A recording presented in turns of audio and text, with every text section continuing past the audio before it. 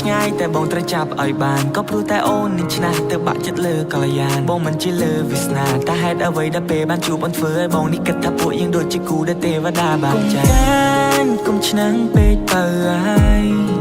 សម្រស់អូនឲ្យបងចាញ់បងក៏ញ៉ោះលេចព្រោះស្រឡាញ់ញ៉ោះលេចព្រោះតែខ្លាញ់នឹងអូនបងចង់ឲ្យគេផ្សេងឆ្ងាយស្រីបងខ្លាចថាពេលឆ្ងាយកាយពីថ្លៃឆ្ងាយដល់ហារតីបែរនឹងបែរជាបីហើយក៏បងត្រូវសោកទោះបីអូនឆ្នះបន្តិច and that the way she flex ហើយពេលដែលអូននឹងខឹងបែរដូងមក trying to fix and that the way you are អូនខុសពីគេទៅលើសម្រស់ហើយថែមទាំងចរិយាមកអូនមួយក្រឡងហើយឲ្យអូនពាក់ធ្លាក់ស្មា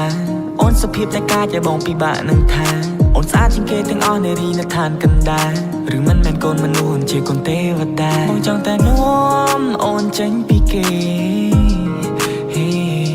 តែត្រៃមកខាងនៃផែនដីដែលមានតែបងនៅមានមេសាស្នេហ៍នៅកន្លែងដែលគ្មានអ្នកណារកឃើញទេ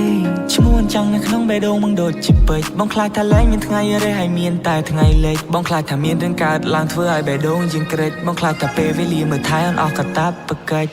កាយនៅឆ្ងាយតែបងត្រូវចាប់ឲ្យបានក៏ព្រោះតែអូននឹងឆ្នះទៅបាក់ចិត្តលើកល្យានបងមិនជាលើវាសនាតែហេតុអ្វីដែលពេលបានជួបអូនធ្វើឲ្យបងនេះគិតថាពួកយើងដូចជាគូដែលទេវតាបានចែកគុំឆ្នាំងពេកទៅហើយ